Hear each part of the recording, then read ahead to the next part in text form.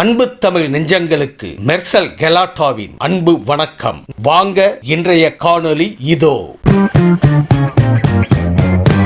பொதுப்பணித்துறை 168 வருட பாரம்பரியமான துறை. பொதுப்பணித்துறையில் நெடுஞ்சாலைத்துறையிலும் காரல் மார்க்ஸ் கூறியது போல ஒரு புதிய விஷயத்தை உருவாக்கணும்னா, ஒரு செயல் திட்டங்களை உருவாக்கணும், பழைய திட்டங்களை முற்றுமாக அழிக்கணும்னு சொல்லுவாரு. இந்த ரெண்டு துறையும் புதிய கொள்கைகளுடன் உருவாக்கப்பட பொழுது அதுல முக்கியமாக கிட்டத்தட்ட 27 கோடி சதுர அடி பரப்பிலான அரசு கட்டடங்களை துறை பராமரித்து வருகிறது. தமிழ்நாட்டினுடைய முக்கியமா இருக்கக்கூடிய சென்னை உயர்நீதிமன்றம், கன்னிபுரான் நூலகம், சென்னை பல்கலைக்கழகம், மாநில கல்லூரி, 267 பாரம்பரிய கட்டடங்கள் பொதுப்பணித்துறையால் கட்டப்பட்டது. அப்படி ஒரு வரலாற்று ரீதியான துறை ஆங்கிலேயர் காலத்திலிருந்து. அதுல மறுசீரமைப்பை கொண்டு வரணும்னு அரசு நினைக்குது. இந்த முக்கியமான மறுசீரமைப்பு என்னன்னா, ஒவ்வொரு டிபார்ட்மெண்ட்டும், அது எஜுகேஷன் டிபார்ட்மெண்டா இருக்கட்டும், ஹெல்த் டிபார்ட்மெண்டா இருக்கும், ஒவ்வொரு டிபார்ட்மெண்ட்டும் தனக்கான ஒரு கட்டிடங்களை கட்டணும்னு நமக்கான ஒரு ஆர்டர் கொடுக்கும் பொழுது, முன்னாடி லேண்ட் வேல்யூ எடுக்கிறதே இல்லை. இன்னுமேட்டு அரசு நிலமா இருந்தாலும் லேண்ட் வேல்யூவை கால்குலேஷன் பண்ணணும் மாண்புமிகு முதலமைச்சர் சொல்லியிருக்கோம். அது ஏன் அப்படின்னா, இப்ப சிங்கப்பூரை பாத்தீங்கன்னா குறைந்தபட்சம் ஒவ்வொரு அரசு அலுவலகங்களும் சரி, ஒவ்வொரு கட்டடமும் சரி, குறைந்தபட்சம் 30-40 மாடி இருக்கும். இன்டர்நேஷனல் ஸ்டாண்டர்ட் லெவல்ல இருக்கும். இப்ப காலையில கூட முதலமைச்சர் அலுவலகம் மாத்தும் பொழுது ஏன் மாத்தினாங்கன்னு சில பேர் கேட்டாங்க. சில பேர் ஆடம்பரத்துக்காக மாத்திரியான்னு கேட்டாங்க. அப்படி இல்ல, கலைஞர் அவர்களும் அம்மா அவர்களும் இருக்கும் பொழுதே ஒரு புதிய ஒரு செக்ரட்டரியேட்டை உருவாக்கணும்னு நினைச்சாங்க. தலைமை செயலகத்தையும் சட்டமன்றத்தையும் உருவாக்கணும்னு நினைச்சாங்க. அது அரசியல் சூழ்நிலை நிறைவேற்ற முடியல. அப்பயே அவங்க சொன்னாங்க, கர்நாடகாவை பாருங்க எப்படி இருக்கு தலைமைச் செயலகம், மற்ற ஊர்களை மகாராஷ்டிராவை பாருங்க, டெல்லியை பாருங்கன்னு. சோ நமக்கான 100 வருஷமா ஒரே பில்டிங், ஆனா நிர்வாக மாற்றத்துக்கு ஏற்ற மாதிரி அலுவலகம் கிடையாது, சட்டமன்றம் கிடையாது. அப்ப அதுக்கேற்ற மாதிரி நம்ம ஒரு அப்டேட் பண்ணணும். அது அரசு அலுவலகங்கள் பாத்தீங்கன்னா இந்த G+3, G+5, G+7 இந்த கான்செப்ட்ல தான் இருக்கு. அதாவது கோயம்புத்தூர்ல நாங்க ஒரு ப்ராஜெக்ட பார்த்தோம், கிட்டத்தட்ட 2 ஏக்கர். ஆனா அந்த இடத்துல ஒரு நீதிபதிகளுக்கு ஒரு கோட்டர்ஸ் கட்டுறாங்க. ஆனா G+3 12 பேருக்கு தான் அங்க கெஸ்ட் ஹவுஸ் கட்டிட்டு இருக்காங்க. ஆனா தேவை 50-55 பேருக்கு. திருப்பி 3 வருஷம் கழிச்சு அதே டிபார்ட்மெண்ட் பட்ஜெட்டை ஒதுக்குறாங்க, திருப்பி பிடபிள்யூ வராங்க, திருப்பி இன்னொரு இடத்த தேடுறாங்க. அப்ப அதே இடத்துல ஒரு தனியார் நிறுவனம், ஒரு கன்ஸ்ட்ரக்ஷன் கம்பெனி ஒரு 2 ஏக்கர் கொடுத்தா அவங்க 4.5 FSI வரைக்கும் அவங்க தன்னுடைய ப்ராஜெக்ட் சப்மிட் பண்றாங்க. அப்ப அதுக்கான எப்பயுமே ஃபவுண்டேஷன் தான் அதிகமான காஸ்ட் ஆகும், அடித்தளத்துக்கு தான் அதிகமான காஸ்ட் ஆகும், ஃப்ளோர்ஸ்க்கு காஸ்ட் கம்மி ஆகும். இது கன்ஸ்ட்ரக்ஷன் இருக்கவங்க எல்லாருக்கும் தெரியும். அப்ப நம்மளுடைய நிலத்தோடைய வேல்யூ தான் ரொம்ப அதிகம். அப்ப அரசோடைய நிலத்தோடைய வேல்யூவை நம்ம இது வரைக்கும் கால்குலேட் பண்ணல, சரியா அது முறையா பயன்படுத்தல. சோ இன்னுமேட்டு முதலமைச்சர் சொல்லிட்டோம், அரசோடைய ஒவ்வொரு ஸ்கொயர் ஃபீட்டும் நிலம்ங்கிறது அதுக்கான வேல்யூ நம்ம கரெக்டா கால்குலேட் பண்ணணும். அந்த இடத்துல கவர்மெண்ட் என்ன FSI கொடுத்திருக்காங்களோ அந்த அளவிற்கு அது 20 மாடியோ 25 மாடியோ 30 மாடி வரைக்கும் இன்னுமேட்டு அரசு துறை நிறுவனங்களை நம்ம உருவாக்கணும். ஒரு ஃபாரின் கண்ட்ரீஸ்ல இருக்கிற மாதிரி லேட்டஸ்டா பிடபிள்யூ டிபார்ட்மெண்ட் L&D டிபார்ட்மெண்டோடையும் டாடா கன்ஸ்ட்ரக்ஷனோடையும் போட்டி போடணும். அந்த மாதிரி ஒரு நிறுவனங்களை நம்ம உருவாக்கணும். அப்படி அந்த ஒரு விஷனோட தான் பிடபிள்யூ டிபார்ட்மெண்ட்டை நம்ம மாத்தணும்னு நினைக்கிறோம். 175 வருஷத்துக்குள்ள இந்த டிபார்ட்மெண்ட்டை ஒரு சிங்கப்பூர்ல இருக்கிற மாதிரி ஒரு கவர்மெண்ட் பில்டிங்கிறது ஒரு சிங்கப்பூர்ல எப்படி இருக்கோ, ஒரு இன்ஃபோசிஸ் பில்டிங் எப்படி இருக்கு, ஒரு டாடா ஒரு சாஃப்ட்வேர் இண்டஸ்ட்ரி போங்க, நம்ம இங்க இருக்கக்கூடிய OMRே போங்க, ஒரு இன்ஃபோசிஸ் ஆபீஸ், ஒரு டாடா ஆபீஸ் எப்படி இருக்கு, அந்த மாதிரி தலைமைச் செயலகம்லாம் உருவாக்கப்படணும். அப்ப அந்த அப்டேட்டுக்கு தான் இந்த பிடபிள்யூ டிபார்ட்மெண்ட் மாத்தி இருக்கோம். அப்ப இன்னுமேட்டு இந்த G+3, G+5 கான்செப்டை முற்றிலுமாக ஒழிக்கப்படணும்னு நாங்க மாண்புமிகு முதலமைச்சர்கிட்ட சொல்லியிருக்கிறோம். நம்பர் 1. நம்பர் 2, முக்கியமா அதுக்கப்புறம் முக்கியமான இன்னொரு பிரச்சனை, கிட்டத்தட்ட 6279 உயர்நிலை மற்றும் மேல்நிலை பள்ளிகள், 177 கலை கல்லூரிகள், 11 பொறியியல் கல்லூரிகள், 55 தொழில்நுட்ப கல்லூரிகள், 98 தொழில் பயிற்சி நிறுவனங்கள், மொத்தம் 6620 கல்வி நிறுவனங்கள். மருத்துவத்துறை பாத்தீங்கன்னா 36 மருத்துவக் கல்லூரிகள், 3 பல் மருத்துவக் கல்லூரிகள், இந்த மாதிரி கிட்டத்தட்ட 199 தாலுகா மருத்துவமனைகள், மொத்தம் 467 மருத்துவ நிறுவனங்கள் மற்றும் 10,547 ஆரம்ப சுகாதார நிலையங்கள் மற்றும் துணை சுகாதார நிலையங்கள், கோர்ட், ஸ்மால் கோர்ட்ஸ், இது மாதிரி நிறைய நான் லிஸ்ட்டை நான் கொடுத்துட்றேன். இதற்கான 38 மாவட்ட ஆட்சி அலுவலர்கள், 13,772 வருவாய் ஆய்வாளர்கள் மற்றும் கிராம நிர்வாக அலுவலகங்கள், 14,283 வருவாய் மற்றும் வணிக வரித்துறை அலுவலகங்கள், 1343 சமூக நீதி விடுதிகள், 887 நீதிமன்ற கட்டிடங்கள், 852 நீதிமன்ற குடியிருப்பு கட்டிடங்கள், சட்டமன்றம் மற்றும் தலைமைச் செயலகம், சட்டமன்ற உறுப்பினர் குடியிருப்பு, இது மாதிரி தமிழ்நாட்டில் இருக்கக்கூடிய அனைத்து கட்டிடங்களும் பொதுப்பணித்துறையால் நிர்வகிக்கப்படுகிறது. ஆனால் மாண்புமிகு முதலமைச்சருடைய கவனத்திற்கு கொண்டு போனோம். இந்த 60-70 நாள்ல துறையுடைய செக்ரட்டரிஸ், துறையுடைய எல்லாரும் கூடயும் சேரும் பொழுது இந்த ஒட்டுமொத்த டேட்டான்னு சொல்லக்கூடிய அளவுகள் சென்ட்ரலைஸ் பண்ணப்படலை.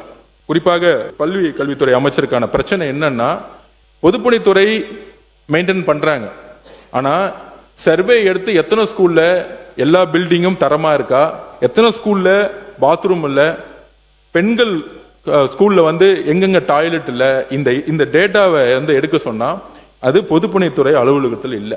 ஸோ இந்த 60 நாள்ல இத்தனை 1000 மேற்பட்ட நான் படிச்ச மாதிரி எல்லாத்தையும் ஒரு டேஷ்போர்டில் கொண்டு வர சொல்லியிருக்கோம். டேஷ்போர்டில் கொண்டு வர சொல்லிட்டு அடுத்த 6 மாசத்துக்கான முக்கிய பணியை பள்ளிகள், பெண்கள் படிக்கக்கூடிய பள்ளிகள் ஆகட்டும், அரசு அலுவலகங்களாகட்டும், எல்லா இடத்துலையும் இன்றைக்கு உண்மையான பிரச்சனை என்பது மக்கள்கிட்ட சொல்லணும். அதுவும் சட்டமன்ற உறுப்பினர்கிட்ட உங்ககிட்ட நாங்கள் கொடுத்துருவோம். அதை இப்போ ஒரு சட்டமன்ற உறுப்பினர் இடத்துல கிட்டத்தட்ட 10 ஸ்கூல் இருக்குன்னா, அந்த ஒவ்வொரு ஸ்கூல்ல வந்து 10 பில்டிங் இருக்குன்னா 7 பில்டிங் நல்லா இருக்கு, 3 பில்டிங் வந்து பயன்படுத்தவே முடியாதுன்னா இந்த அரசு உண்மையுடன் வெளிப்படைத்துடன் அந்த அறிக்கையை வெளியிடும். ஏன்னா மழை காலம் வருது, கவர்மெண்ட் ஸ்கூல்ல ஏதாவது ஒரு பில்டிங் இருந்துச்சுன்னா எங்களுக்கு அந்த பயம் இப்பயே வருது. இது என்ன பிரச்சனைனா, இதுக்கான மெயின்டெனன்ஸ்க்கான பட்ஜெட்டை சரியாக ஒதுக்கப்படவில்லை, ஒதுக்கியதும் சரியாக சேரவில்லை.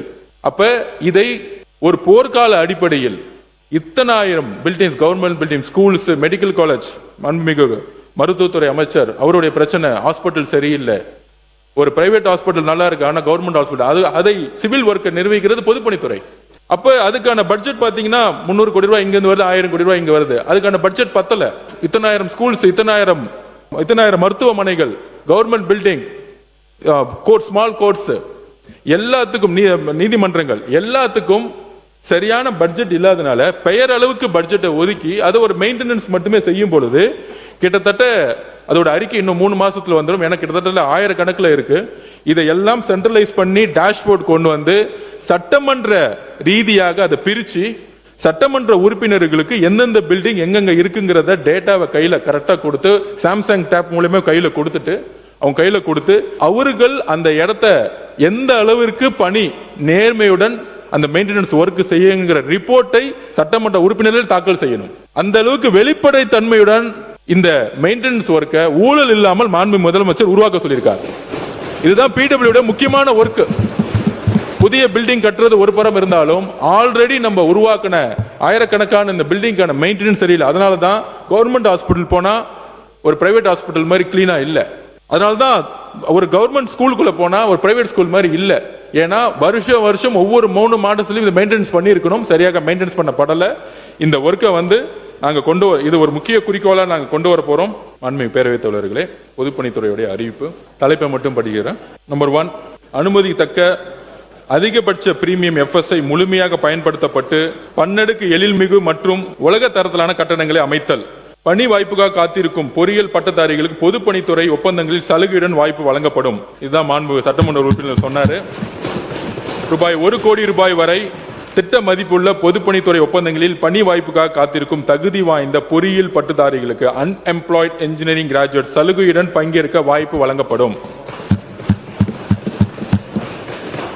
1 கோடி தொகுப்பு நிதியுடன் தமிழ்நாடு உள்கட்டமைப்பு மற்றும் கட்டுமான கழகம், Tamil Nadu infrastructure and construction corporation நிறுவுதல். பொதுப்பணித்துறை நம்மளுடைய மற்ற துறையிலிருந்து வரக்கூடிய ஆர்டர்ஸ் எடுத்து நம்ம எப்படி கட்டணும்னு சொல்லியிருந்தோம். இன்னுமேட்டு பப்ளிக் ஒர்க் டிபார்ட்மெண்ட் 170வது வருஷம் நோக்கி போகும்பொழுது L&D டாடா இண்டஸ்ட்ரி மாதிரி நாங்கள் இண்டஸ்ட்ரி மினிஸ்டர் கூட பேசியிருக்கோம். தமிழ்நாடு PW டிபார்ட்மெண்ட் உருவாக்கக்கூடிய Tamil Nadu infrastructure and construction corporation அப்படிங்கிற ஒரு நிறுவனம், ஆவின் மாதிரி ஒரு நிறுவனத்தை உருவாக்கி பிரைவேட் கம்பெனியுடன் போட்டி போடக்கூடிய ஒரு நிறுவனமாக PW டிபார்ட்மெண்ட்டை மாற்ற போறோம். அதாவது மாநிலத்தில் நடைபெறவுள்ள 200 கோடி ரூபாய்க்கு மேற்பட்ட அரசு கட்டட பணிகளை மேற்கொள்ளுதல், பயன்படாத அரசு நிலங்களில் வருவாய் உருவாக்கும் வகையில் கட்டடங்களை உருவாக்கல், தேசிய மற்றும் சர்வதேச அளவில் நடைபெறும் பல்வேறு தனியார் நிறுவனங்களுக்கு தேவையான கட்டடம் கட்டுவதற்கு கோரப்படும் ஒப்பந்தங்களில் பங்கேற்றல். அதாவது இந்த நிறுவனம் Tamil Nadu infrastructure and construction corporation நிறுவனம் ஒரு ஆவி நிறுவனம் மாதிரி ஒரு லாபம் நிறுவனம் மாற்றணும். ஒரு L&D மாதிரி ஒரு டாடா மாதிரி. இப்ப இண்டஸ்ட்ரி மினிஸ்டர் வந்து கிட்டத்தட்ட ஒரு 30-40 MOU போடுறாங்க. ஒரு பெரிய பெரிய நிறுவனங்கள் வரும்போது அவங்களுடைய முதல் தேவை சாலைகள். அந்த சாலைகளுக்கு அப்புறம் ஒரு இண்டஸ்ட்ரியல் பார்க்குக்கான ஒரு ஃபேக்டரிக்கான ஒரு கன்ஸ்ட்ரக்ஷன் கேட்பாங்க. அந்த கன்ஸ்ட்ரக்ஷனை பிடபிள்யூ டிபார்ட்மெண்ட்டுக்கு இண்டஸ்ட்ரி டிபார்ட்மெண்ட் கொடுக்கும் பொழுது அதில் நாங்கள் தரமான ஒரு இன்ஃப்ராஸ்ட்ரக்சரை பிரைவேட் கம்பெனிக்கு உருவாக்குறதுக்கு நாங்கள் ரெடியா இருக்கிறோம். பெரிய பெரிய கார் நிறுவனங்களாகட்டும், பெரிய பெரிய சாப்ட்வேர் நிறுவனங்களாக இருக்கட்டும், தமிழ்நாடு கவர்மெண்டே அதற்கான கட்டடங்களை கட்டுவதற்கான இன்ஃப்ராஸ்ட்ரக்சரை உருவாக்கப்பட்டு விட்டது. இந்த துறை ஒரு இன்டர்நேஷனல் ஸ்டாண்டர்ட் லெவல்ல எல்என்டியோட டாடாவோட மோதணும் அப்படிங்கிற ஒரு விஷயத்துக்காக இந்த நிறுவனத்தை உருவாக்கி இருக்கோம். நம்பர் 4, பணி முன்னேற்றம், தர கட்டுப்பாட்டை கண்காணித்தல் மற்றும் வெளிப்படை தன்மைக்காக ஒரு செயலியை ஆப் உருவாக்குதல். நம்பர் 5, பொதுப்பணித்துறையில் ஒப்பந்ததாரர்கள் பதிவு முறையை மேலும் எளிமைப்படுத்துதல். நம்பர் 6, அரசு மருத்துவமனைகளின் பராமரிப்பு பணிகளை நவீனப்படுத்தும் நோக்கில் ஏஐ தொழில்நுட்பத்துடன் கட்டட மேலாண்மை முழுமையாக டிஜிட்டல் மயமாக்குதல். முக்கியமாக நெடுஞ்சாலை பொதுப்பணித்துறையில் வெளிப்படை தன்மையுடன் டெண்டர்கள் உருவாக்கப்படும். எந்த விதமான பினாமி நிறுவனங்களோ எந்த விதமான ஒளிவு மறைவற்ற ஒரு டெண்டர்களை உருவாக்கி அரசு கஜானாவிற்கு எந்த லீக்கேஜ் இல்லாமல் இந்த துறையை ஒரு நேர்மையான முறையில் நிர்வகிக்க மாண்புமிகு முதலமைச்சர் உத்தரவிட்டிருக்கார். அதன்படி அதற்கான நிர்வாக கட்டமைப்பை உருவாக்கப்படும். நன்றி, வணக்கம். நெடுஞ்சாலைத்துறை ஒரு மாநிலத்துடைய வளர்ச்சியில முக்கியமான துறை. முக்கியமாக ஒரு பொருளாதாரம் முன்னேறணும்னா இண்டஸ்ட்ரி ஆகட்டும், இல்ல விவசாயத்துடைய உற்பத்திக்கு ஆகட்டும், ரியல் எஸ்டேட்டோடைய வளர்ச்சி ஆகட்டும், நெடுஞ்சாலைத்துறை தான் ஒரு முக்கியமான துறை. அதற்கான அறிவிப்பை நான் இங்க கொடுக்கிறேன். முதல் அறிவிப்பு, சென்னை, கோயம்புத்தூர் மற்றும் தூத்துக்குடியை இணைக்கும் தொழில்தட விரைவுச்சாலை உருவாக்கப்படும். சென்னை கன்னியாகுமரி 8 வழிச்சாலை, சென்னை நுழைவு வழித்தட சந்திப்புகளை மேம்படுத்துதல், திருச்சி கரூர் தேசிய நெடுஞ்சாலை விரிவாக்கம் மற்றும் கிளாம்பாக்கம் செங்கல்பட்டு உயர்மட்ட சாலை உள்ளிட்ட தேசிய நெடுஞ்சாலை திட்டங்களை விரைவுபடுத்த நடவடிக்கை எடுக்கப்படும். சென்னை கன்னியாகுமரிய இப்ப 4 லேன் இருந்து 6, 8 லேனா ஆக்கணும். ஏன்னா ஒரு ப்ராஜெக்ட் பண்ணா குறைஞ்சபட்சம் அடுத்த 40 வருஷத்துக்கு நம்ம அதே ரோட திருப்பியும் 4 வழியிலிருந்து 6 வழி, 6 வழியிலிருந்து 8 வழி ஆகும் பொழுது அதுக்கான பணி சுமையும் சரி, பொருளாதார ரீதியான பட்ஜெட்டும் சரி அதிகமாகுது. 8 வழி சாலை ஆக்குவதற்கான டிபிஆர் ஒர்க் ஆல்ரெடி ஸ்டார்ட் பண்ணப்பட்டிருக்கு. சென்னை மாமல்லபுரம் புதுச்சேரியை இணைக்கும் கடல்வழி உயர்மட்ட சாலை தொடர், மும்பை நவி மும்பை கடல் இணைப்பு சாலை போன்று கட்டம் கட்டமாக உருவாக்கப்படும். சென்னை மாமல்லபுரம் புதுச்சேரி மும்பை மாதிரி ஒரு ப்ராஜெக்டை கொண்டு வரணும்னு நினைக்கிறோம். முதலமைச்சரின் பாதுகாப்பான சாலைகள் இயக்க திட்டத்தின் கீழ் ரூபாய் 500 கோடி ரூபாய் மதிப்பீட்டில் செயற்கை நுண்ணறிவு தொழில்நுட்பத்துடன் கூடிய கண்காணிப்பு கேமராக்கள் பொருத்தி போக்குவரத்து விதிமீறல்களை கண்டறிதல், சாலை பாதுகாப்பு பணிகள், நெடுஞ்சாலை அவசர சிகிச்சை மையங்கள் மற்றும் சாலை பாதுகாப்பு கண்காணிப்பு குழு ஆகியவற்றை உள்ளடக்கி செயல்படுத்தப்படும். இந்தியாவிலேயே அதிகமான உயிரிழப்பு தமிழ்நாட்டில் கிட்டத்தட்ட 18,000 பேர் ஒவ்வொரு வருஷமும் சாலைகள்ல ஆக்சிடென்ட்னாலேயே கிட்டத்தட்ட 18,000 பேர் இறக்குறாங்க. நம்ம கொரோனா காலத்துல இறப்ப பார்த்தோம். பல்வேறு நோய்கள் வரும்பொழுது அதை பத்தி அதிகமா பேசியிருக்கோம். டெங்கு வரும்பொழுது பேசுவோம். ஆனா ஒவ்வொரு வருஷமும் 18,000 பேர் நம்மளுடைய சாலைகள்ல விபத்துகள் இறந்துட்டு இருக்காங்க. இது குறையவே இல்லை, ஒவ்வொரு வருஷமும் அதிகமாயிட்டே தான் இருக்கு. இதற்கு இந்த சட்டமன்றம் சரி, சட்டமன்ற அனைத்து உறுப்பினர்களும் சரி, எல்லோரும் சேர்ந்து மாண்புமிகு முதலமைச்சர் கிட்ட இதை தனி பிரசன்டேஷன் கொடுத்து ஒப்புதல் வாங்கிட்டோம். கடுமையான சட்ட விதிகள் மூலம் நாம் உருவாக்கணும். நம்ம 6 வழி சாலைகள், 4 வழி சாலைகள், ஸ்டேட் ஹைவேஸ், நேஷனல் ஹைவேஸ் பேசிக்கிட்டே இருக்கிறோம். ஆனால் ஒரு சாலை உருவாக்கின பிறகு சாலை பாதுகாப்புக்கான செலவு இது வரைக்கும் நம்ம செஞ்சதே கிடையாது. செய்ய வேண்டிய காலகட்டத்தில் இருக்கும். அதுக்கு ஒரு சின்ன உதாரணம் சொல்லிடுறேன். கோயம்புத்தூர் பார்டர் தாண்டி கேரளா போகும்போது நம்மளுடைய ஓட்டுநர், நம்மளுடைய டிரைவர் கரெக்டா பார்டருக்குள்ள போகும்போது சீட் பெல்ட் போடுறாரு. வண்டியோட ஸ்பீட் லிமிட் 80, 90க்கு மேல போறது இல்லை. ஏன்னா கண்காணிப்பு கேமராக்கள் ஒவ்வொரு 50 மீட்டர்லயும் கண்காணிப்பு கேமராவுக்கு இருக்கு. அதிகமான ஸ்பீடு போட்டீங்கன்னா பெனால்டி வந்துட்டே இருக்கு. அது லாரியா இருக்கட்டும், பஸ்ஸா இருக்கட்டும், இல்ல 2 வீலரா இருக்கட்டும், காரா இருக்கட்டும், உடனடியாக ஃபைன் கேரள அரசால போடப்படுது.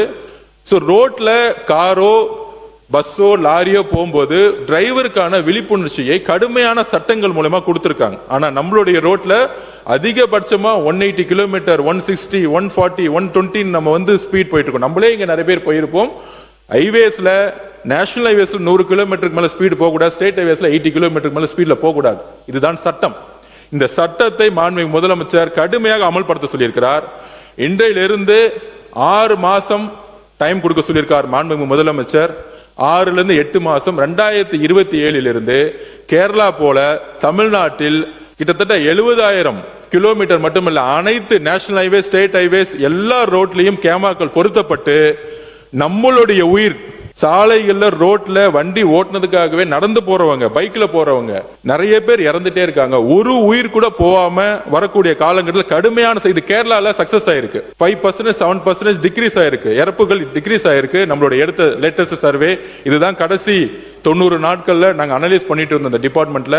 சோ முதல் வேலையா சாலைகளை புதுசா உருவாக்குறது ஒரு புறம் இருந்தாலும் 70,000 கிலோமீட்டருக்கு மேல இருக்கக்கூடிய இந்த சாலைகள்ல நம்மெல்லாம் முக்கியமா அரசியல் இருக்கக்கூடியவங்க எல்லாரும், நம்ம மட்டும் இல்ல, சாலைகளை தான் பெரும்பங்கு. ஒரு நாளைக்கு கிட்டத்தட்ட 7 மணி நேரம் 8 மணி நேரம் நம்ம ரோட்ல நம்மளும் போயிட்டு இருக்கோம்.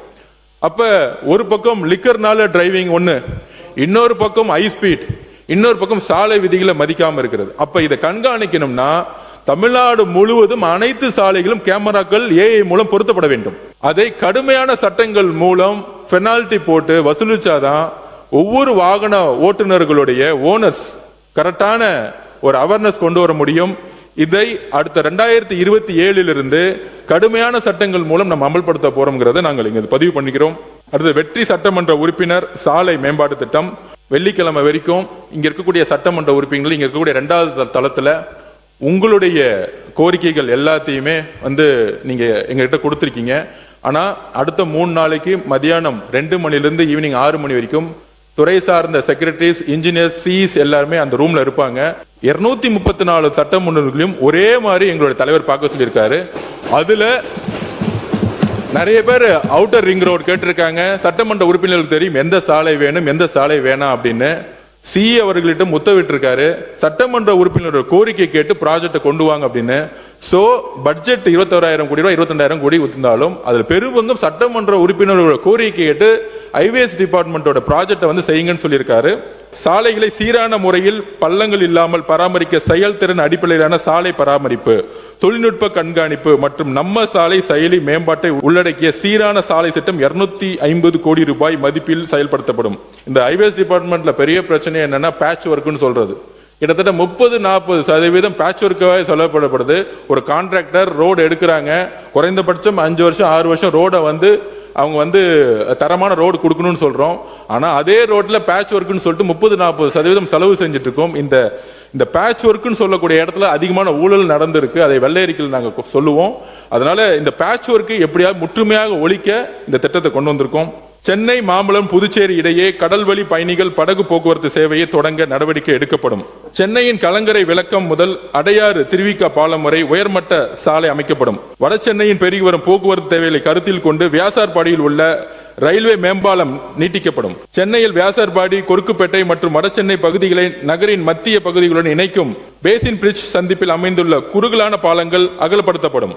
சென்னை திருத்தணி சாலையில் சீரான மற்றும் தடையற்ற போக்குவரத்தை உறுதி செய்ய பாடி முதல் திருநின்றவூர் வரை உயர்மட்ட சாலை அமைக்கப்படும். சென்னையின் உள்வட்ட சாலையில் கோயம்பேடு அருகே கூவம் ஆற்றின் குறுக்கே பாலம் அகலப்படுத்தப்படும். ஊரக சாலைகளை தரம் உயர்த்த ஊரக பகுதி சாலை மேம்பாட்டு திட்டம் ஆண்டுதோறும் 2000 கிலோமீட்டர் சாலைகளை மேம்படுத்தும் வகையில் 2550 கோடி ரூபாய் மதிப்பில் செயல்படுத்தப்படும். நம்மளுடைய ஹைவேஸ் டிபார்ட்மெண்ட் கிராமத்திலையும் மலைவாழ் மக்களும் இருக்கக்கூடிய இடத்துல நிறைய இடத்துல ரோடு இல்லைன்னு சொல்லிட்டு அதிகமான புகார்கள் வந்துட்டே இருக்கு. ஊரக அமைச்சருடன் ஆல்ரெடி கலந்தோசனை பண்ணிட்டு எவ்வளவு தூரத்துக்கு ரோட ஹேண்ட் ஓவர் பண்றாங்களோ கிட்டத்தட்ட இப்போதைக்கு 2000 கிலோமீட்டர் கிராமத்திலையும் மலைவாழ் மக்கள் இருக்கக்கூடிய இடத்திலையும் இந்த திட்டத்தை அமல்படுத்துறதுக்கு இதுக்கான பட்ஜெட் ஒதுக்கி இருக்கும். இது டெக்னிக்கலா பார்த்தா அண்ணனுக்கு தான் இந்த 2550 கோடி ரூபாய் ஊரக வளர்ச்சித்துறைக்கு. மாநகராட்சி பகுதியில் உள்ள பேருந்து இயக்கப்படும் முக்கிய சாலைகள் நெடுஞ்சாலை துறை மூலம் தரம் உயர்த்தப்படும். முதற்கட்டமாக சென்னை, ஆவடி, தாம்பரம், திருச்சி, கோயம்புத்தூர், மதுரை மற்றும் தூத்துக்குடி மாநகராட்சியில் உள்ள தெரிவு செய்யப்பட்ட 500 கிலோமீட்டர் சாலைகள் 1000 கோடி ரூபாய் மதிப்பில் மேம்படுத்தப்படும். நம்மளுடைய சென்னை மாநகராட்சி மாதிரி இருக்கக்கூடிய கார்பரேஷன் ரோட்ஸ் சரியில்லைன்னு நிறைய புகார் வந்தனால மாண்புமிகு முதலமைச்சர் ஹைவேஸ் டிபார்ட்மெண்ட்க்கு மாநகராட்சியோட ரோட ஹேண்ட் ஓவர் பண்ண சொல்லியிருக்காரு. சோ இதுக்கான சிறப்பு திட்டங்கள் வித் டைனேஜோட இதுக்கான பணிகள் மேற்கொள்ளப்படும். பொது போக்குவரத்தின் செயல்திறனை உயர்த்தும் நோக்கில் 400 கோடி ரூபாய் மதிப்பில் சென்னை சென்ட்ரல், கத்திப்பாரா மற்றும் கோயம்பேடு ஆகிய பகுதிகளை இணைக்கும் முக்கோண வழித்தட சாலைகள் மற்றும் பல்லாவரம், துறைப்பாக்கம் சாலை மேம்படுத்தப்படும். மேலும் சர்தார் பட்டேல் சாலையில் அண்ணா பல்கலைக்கழகம் மற்றும் மத்திய கைலாஷ் சந்திப்புகள் 32 கோடி ரூபாய் மதிப்பில் நகரும் படிக்கட்டுகள் மற்றும் மின்தூக்கிகளுடன் கூடிய பாதசாரிகள் நடை மேம்பாலங்கள் அமைக்கப்படும். நெடுஞ்சாலை ஆராய்ச்சி நிலையத்தின் கீழ் சாலை தொழில்நுட்பம் மற்றும் சாலை பாதுகாப்பிற்கான சிறப்பு மேன்மை மையம் நிறுவப்படும். கோயம்புத்தூர் நகரில் பொள்ளாச்சி சாலையில் குறிஞ்சிக்குளம் முதல் சிட்கோ வரை போக்குவரத்து நெரிசலை குறைக்கும் வகையில் மேம்பாலம் அமைக்க 40 லட்சம் ரூபாய் மதிப்பில் விரிவான திட்ட அறிக்கை தயாரிக்கப்படும். நம்பர் 18, புதுமையான கட்டுமான பொருட்கள், மறுசுழற்சி தொழில்நுட்பங்கள் மற்றும் சூரிய மின்சக்தி பயன்பாட்டை ஊக்குவிக்கும் நிலைத்தன்மை மிக்க சாலை தொழில்நுட்பங்கள் அறிமுகப்படுத்தப்படும். நம்பர் 19, தமிழ்நாட்டின் முக்கிய நகரங்களுக்கான சாலை தொலைவுகள் கணக்கிடப்படும். வரலாற்று சிறப்புமிக்க சென்னை தொடக்க கிலோமீட்டர் புள்ளியியல் தமிழ்நாடு நெடுஞ்சாலைகள் துவக்க புள்ளியை குறிக்க நினைவு தூண் அமைக்கப்படும். நம்பர் 20, அடுத்த 10 ஆண்டுகளுக்கு தேவையான சாலை உள்கட்டமைப்பு மேம்பாட்டு திட்டங்களை உருவாக்கிட தமிழ்நாடு நெடுஞ்சாலை பெருந்திட்டம் 2036 தயாரிக்கப்படும். புதிய மேம்பாலங்கள், புறவழிச்சாலைகள் மற்றும் இணைப்பு சாலைகளுக்கான விரிவான திட்ட அறிக்கைகள் 40 லட்சம் ரூபாய் மதிப்பில் தயாரிக்கப்படும். நம்பர் 22, நகர்ப்புறம் மற்றும் புறநகர் பகுதிகளில் போக்குவரத்து நெரிசலை குறைக்கும் வகையில் 257 கோடி ரூபாய் மதிப்பீட்டில் மயிலாடுதுறை புறவழிச்சாலைக்கான இணைப்பு சாலை, பள்ளிகொண்டா, உளுந்தூர்பேட்டை மற்றும் சிவகாசி ஆகிய நகரங்களுக்கான புறவழி சாலைகள் அமைக்கப்படும். சின்னமுட்டம் துறைமுக இணைப்பு சாலை மற்றும் கோபிச்செட்டிப்பாளையம் நகருக்கு புறவழி சாலை அமைக்க 73.50 கோடி ரூபாய் மதிப்பில் நிலம் கையகப்படுத்தும் பணிகள் மேற்கொள்ளப்படும். நெடுஞ்சாலை துறையின் திட்டங்களை விரைந்து செயல்படுத்தவும், நில எடுப்பு பணிகளை ஒருங்கிணைந்து கண்காணிக்கவும் முதன்மை இயக்குனர் நெடுஞ்சாலை துறை அலுவலகத்தில் திட்டம் மற்றும் ஒரு நில எடுப்பு கண்காணிப்பு பிரிவு உருவாக்கப்படும். நெடுஞ்சாலை துறையின் அனைத்து சாலை மற்றும் பாலங்களின் வடிவமைப்பின் முக்கிய காரணியான வாகன போக்குவரத்தை கணக்கிட செயற்கை நுண்ணறிவுடன் கூடிய மென்பொருள் சார்ந்த புதிய தொழில்நுட்ப முறை நடப்பாண்டில் இருந்து செயல்படுத்தப்படும். நம்பர் 26, ராமேஸ்வரம் அக்னி தீர்த்தத்தில் இருந்து பாம்பன் கால்வாய் வழியாக மண்டபம் வரை உள்நாட்டு பயணிகள் படகு போக்குவரத்து சேவை தொடங்கப்படும். இந்தியா இலங்கை இடையான கடல்சார் இணைப்பு, வர்த்தகம், சுற்றுலா மற்றும் வரலாற்று பண்பாட்டு உறவுகளை மேலும் வலுப்படுத்தும் வகையில் நாகப்பட்டினம் மற்றும் காங்கேசன் துறை இடையே படகு போக்குவரத்து சேவைகள் விரிவுபடுத்தப்படும். நெடுஞ்சாலைத்துறையின் அறிவிப்புகளை பேரவைத் தலைவர்களை உங்கள் முன்பு சமர்ப்பிக்கிறேன்.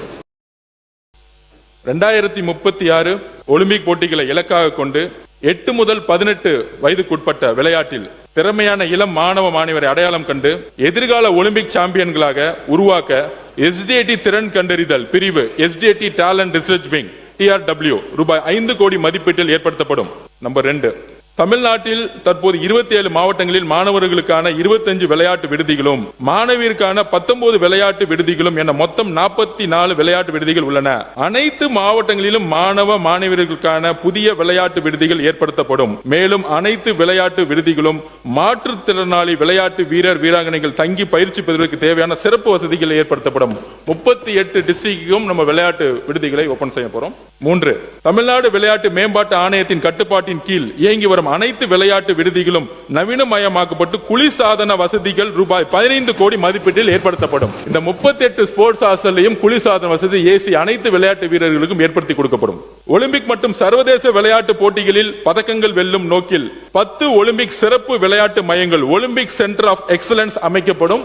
இன்டர்நேஷனல் ஸ்டாண்டர்ட் லெவலில் பாரா ஒலிம்பிக் மற்றும் பிற சர்வதேச பாரா போட்டிகளில் பதக்கம் வெல்லும் நோக்கில் சென்னையில் பாரா ஒலிம்பிக் சிறப்பு விளையாட்டு மையம், பாரா ஒலிம்பிக் சென்டர்ஸ் எக்ஸலன்ஸ் அமைக்கப்படும். பாரா ஒலிம்பிக்ஸ்க்காக சிறப்பு ஒலிம்பிக் சென்டர்ஸ் உருவாக்கப்படும் பதிவு பண்றோம். அப்புறம் பிளே ஃபார் ஆல் என்ற புதிய திட்டத்தின் கீழ் ஊராட்சி ஒன்றியங்கள் மற்றும் நகராட்சி உள்ளாட்சி அமைப்புகளுக்கு உட்பட்ட விளையாட்டு மைதானங்கள் விளையாட்டு வீரர்கள் மற்றும் பொதுமக்கள் பயன்பெறும் வகையில் மேம்படுத்தப்படும். இதன்படி முதற்கட்டமாக 500 விளையாட்டு மைதானங்கள் அடையாளம் காணப்பட்டு தமிழ்நாடு விளையாட்டு மேம்பாட்டு ஆணையத்துடன் இணைக்கப்பட்டு ரூபாய் 50 கோடி மதிப்பீட்டில் தரம் உயர்த்தப்படும். இது மாண்புமிகு முதலமைச்சர் அவருடைய கனவு திட்டம். எங்கெல்லாம் எந்த டிபார்ட்மெண்ட் இருந்தாலும் சரி, எங்கெல்லாம் வேக்கண்டா லேண்ட் இருக்கோ அங்க இமிடியேட்டா கிளீன் பண்ணி ஃபென்சிங் போட்டு லைட் போட்டுட்டு சட்டமன்ற உறுப்பினர்கிட்ட பொசிஷன் ஹேண்ட் போட்டு அனைத்து பொதுமக்களும் விளையாடக்கூடிய ஒரு விளையாட்டு ஒரு மையத்தை உருவாக்க சொல்லியிருக்காரு. அதுதான் இந்த அறிவிப்பு.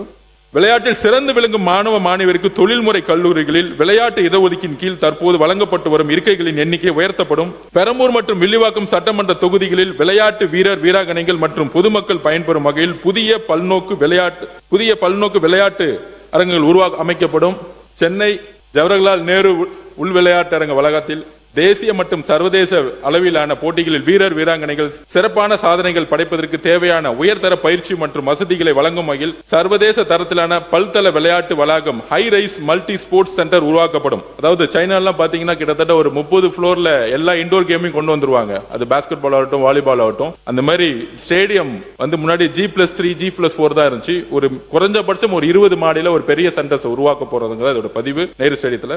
ஒலிம்பிக் மற்றும் சர்வதேச அளவிலான போட்டிகள் தொடர்பான நடவடிக்கைகளை ஒருங்கிணைப்பதற்காக தமிழ்நாடு விளையாட்டு மேம்பாட்டு ஆணையம் ஒலிம்பிக் இல்லம் SDAT ஒலிம்பிக் இல்லம் சென்னையில் அமைக்கப்படும். சேம் நேரு ஸ்டேடியத்தில் ஸ்போர்ட்ஸ் அசோசியேஷனுக்கு சரியான ஆபீஸ் கிடையாது, அவங்களுக்கான நிர்வாக ரீதியான ஒரு பிளான் பண்றதுக்கான ஆபீஸ் கிடையாது. சோ அவங்களுக்கான ஒரு ஆபீஸை தமிழ்நாடு ஒலிம்பிக் அசோசியேஷனுக்காக உருவாக்கப்படும். மாநில விளையாட்டு சங்கங்களின் அங்கீகாரம், நிர்வாகம், நிதி மேலாண்மை, வெளிப்படைத்தன்மை, பாலியல் தொல்லை தடுப்பு, வீரர் வீராங்கனைகளுக்கான தேர்வு நடைமுறைகள் மற்றும் பாதுகாப்பான விளையாட்டு சூழலை உறுதி செய்ய தமிழ்நாடு விளையாட்டு சட்டம், தமிழ்நாடு ஸ்போர்ட்ஸ் ஆக்ட் நடைமுறைப்படுத்தப்படும்.